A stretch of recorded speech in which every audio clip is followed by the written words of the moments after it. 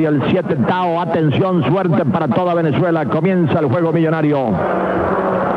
A nombre de Curazao, la isla del placer. Les informo que se abrieron las puertas y largaron los participantes. Viene Don Gray, Barraín, HC. Salió en el tercero con el caballo Sanchís. En el quinto queda tranquilo Estéreo a unos 5 cuerpos, 6 ahora del primer lugar. Van pasando frente a las tribunas y va Don Gray, el de Nino Catanese, señalando el camino con Raén, que lo busca ya cuando giran la primera curva. HC bien montado en el tercero con Sanchís a su costado cuarto. Más lejos a 8 cuerpos corre Estéreo en el quinto lugar.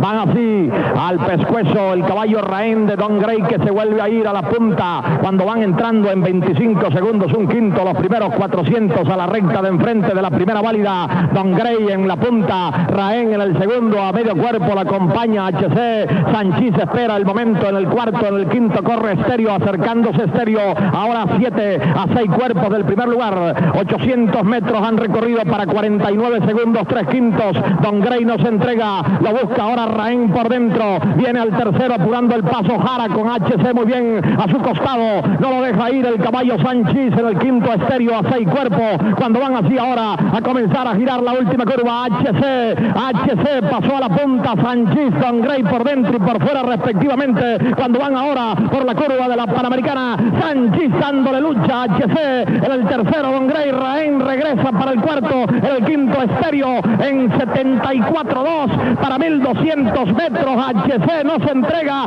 Sanchís le brinda lucha por fuera en plena recta decisiva. El de Nino Catanese echa el resto. HC con Jara regresa por el lado interior de la pista. HC al frente, Sanchís lo sigue buscando, lo sigue acosando en los 200 finales y Raén corriendo mucho ahora por fuera. Raén en la primera válida, Raén contra HC, Raén 5-9-1 el ganador, caray. Segundo HC y tercero Sanchís.